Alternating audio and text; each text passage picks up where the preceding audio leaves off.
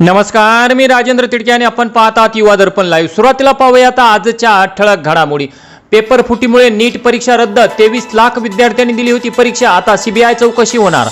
नीट प्रश्नपत्रिकेची पहिली कॉपी नाशिकमधून बाहेर पडल्याचा संशय, नाशिकमधूनच प्रिंट आणि वितरण, नाशिक ते हरियाणा पेपर फुटीचं जाळ।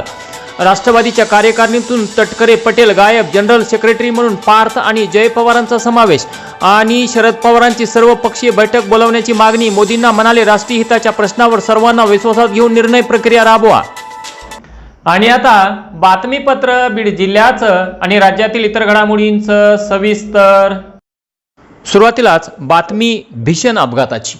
शिरूर कासार तालुक्यातील मानूर येथे एका प्रवाशाचा ट्रॅव्हल्स खाली चिरडून जागीच मृत्यू झाल्याची दुर्दैवी घटना काल रात्री घडली। भरधाव वेगाने जाणारी चौधरी ट्रॅव्हल्स ही गाडी गतिरोधकावर जोरात आदळल्याने दरवाजाजवळ बसलेला प्रवासी अचानक खाली पडला आणि बसच्या मागील टायर खाली चिरडला गेला। लातूर येथील रहिवासी असलेले काशीनाथ महादेव बरिदे वय 40 वर्षे हे लातूर ते नाशिक असा प्रवास चौधरी ट्रॅव्हल्सच्या MH24F8008 या क्रमांकाच्या गाडीने करत होते। सोमवार दिनांक 11 मे रोजी रात्री 1:30 वाजण्याच्या सुमारास ही बस शिरूर कासार तालुक्यातील मानूर शिवारातील गतिरोधकावर आली असता चालक सादिक खाजोद्दीन सय्यद याने गाडीचा वेग कमी न करता ती जोरात गतिरोधकावरून नेली। त्यामुळे बसलेल्या धक्क्याने ट्रॅव्हल्सचा दरवाजा अचानक उघडला गेला आणि क्लीनर सीट जवळ बसलेले काशीनाथ बरिदे हे थेट खाली रस्त्यावर पडले आणि मागील चाक त्यांच्या डोक्यावरून व पायावरून गेल्याने त्यांचा जागीच मृत्यू झाला। या घटनेची माहिती मिळताच शिरूर कासार पोलिसांनी घटनास्थळी धाव घेत पंचनामा केला। या प्रकरणी मयत काशीनाथ यांचे बंधू सचिन बरिदे यांच्या फिर्यादीवरून चालक सादिक खाजोद्दीन सय्यद यांच्या विरोधात शिरूर कासार पोलीस ठाण्यात गुन्हा दाखल करण्यात आला असून पुढील तपास पोलीस हवालदार तांदळे हे करत आहेत। गेवराई तालुक्यातील तलवाडा महसूल मंडळाच्या हद्दीत रात्रीच्या वेळी हजारो ब्रास वाळूचा राजरोजपणे अवैधपणे उपसा करण्यात येत आहे। विशेष म्हणजे तलवाडा येथे 3 महापुरुषांचे पुतळे उभारण्यात आलेले असून त्या ठिकाणी सीसीटीव्ही कॅमेरेही बसवण्यात आलेले आहेत, परंतु वाळूची अवैध वाहतूक याच ठिकाणाहून होत असल्याने ते कॅमेऱ्यात कैद होऊ नये यासाठी हे 3ही सीसीटीव्ही कॅमेरे बंद करण्यात आलेले आहेत। मात्र भविष्यात जर या महापुरुषांच्या पुतळ्यांची विटंबना झालीच तर याला जबाबदार कोण असा सवाल सामान्य नागरिकांकडून विचारला जात आहे। तलवाडा मंडळ अधिकारी बाबा यांच्या हद्दीत असलेले पांढरी, गोपत पिंपळगाव, बोरगाव थडी, गंगावाडी, राजापूर, तपे निमगाव या ठिकाणाहून सर्रासपणे वाळू उपसा सुरू असून यामुळे शासनाचा लाखो रुपयांचा महसूल बुडत आहे। तर तहसीलदार खोमणे हे जाणीवपूर्वक या सर्व गोष्टींकडे दुर्लक्ष करत आहेत, तर बाबा हे हप्ते गोळा करण्यासाठी आपले कोतवाल व खाजगी व्यक्तीची नेमणूक करून वसुली करत आहेत। या अधिकाऱ्यांवर वेळीच कारवाई करावी नसता लवकरच महसूल मंत्री बावनकुळे व जिल्हाधिकाऱ्यांना निवेदन देऊन जनआंदोलन करण्यात येईल असा इशारा स्वाभिमानी शेतकरी संघटनेचे उपयुवा जिल्हा अध्यक्ष शेख खिजर जैनुद्दीन व संघटनेच्या कार्यकर्त्यांनी दिला आहे। बियर उधार न दिल्याच्या कारणावरून मकोका अंतर्गत कारवाई करण्यात आलेला फरार आरोपी आशिष आठवले याने बियर शॉपी चालकाच्या दिशेने स्वतःच्या गावठी पिस्टलने फायरिंग केल्याची धक्कादायक घटना काल रात्री 11 वाजण्याच्या सुमारास बीड शहरात घडली।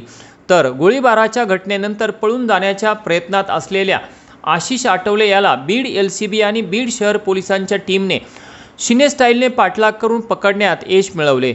पोलिसांकडून मिळालेल्या माहितीनुसार फरार आरोपी आशिष आठवले याने काल रात्री 11 वाजण्याच्या सुमारास बीड शहरातील समर्थ बियर शॉपी येथे बियर शॉपी चालकाला उधारीने बियर मागितल्यानंतर त्यास उधारीने बियर न दिल्यामुळे आशिष आठवले याने त्याच्याजवळील गावठी पिस्टलने फायरिंग करून बियर शॉपी चालक सौरभ सुधाकर राऊत यांना जीवे मारण्याच्या उद्देशाने फायर करून गंभीर जखमी केले।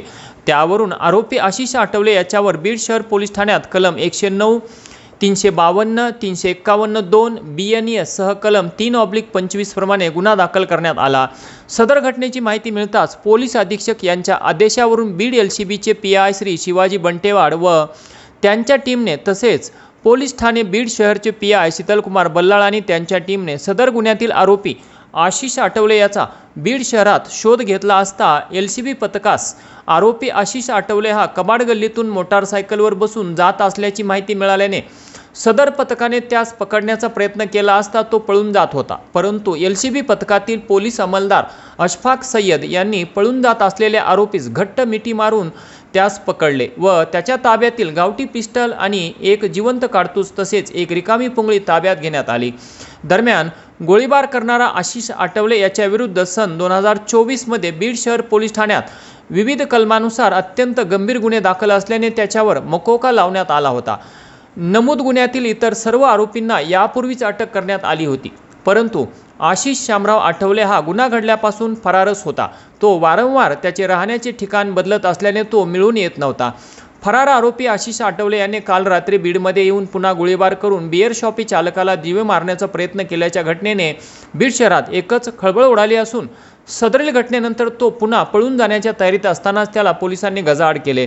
सदरची कामगिरी पोलीस अधीक्षक श्री नवनीत कामत यांच्या मार्गदर्शनाखाली LCBचे PI श्री शिवाजी बंटेवाड, PSI श्रीराम खटावकर, सोमनाथ गायकवाड, अशोक दुबाले, राहुल शिंदे, अशफाक सय्यद, मनोज परजने, नितीन वडमारे तसेच बीड शहर पोलीस ठाण्याचे PI शीतलकुमार बल्लाळ, शहनशाह सय्यद, राम पवार, संतोष शिंदे व फिरोज पठाण यांनी मिळून केली।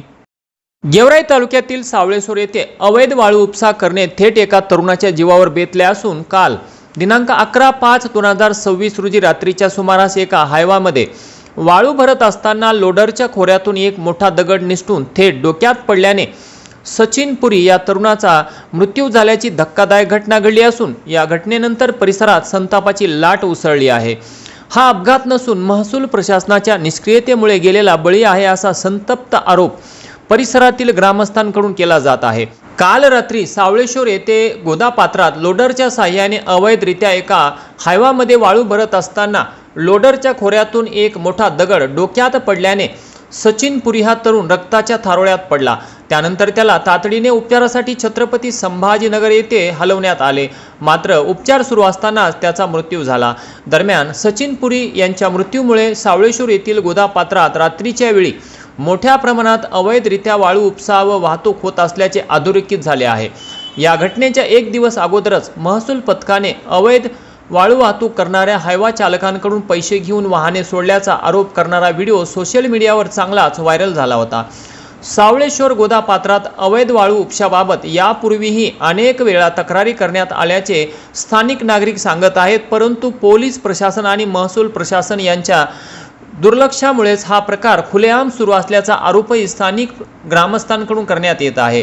दरम्यान प्रशासनाने वेळेत पावले उचलत कठोर कारवाई केली असती तर एका तरुणाला आपला जीव गमवावा लागला नसता, अशा संतप्त प्रतिक्रिया या परिसरातील ग्रामस्थांकडून ऐकण्यास मिळत आहेत।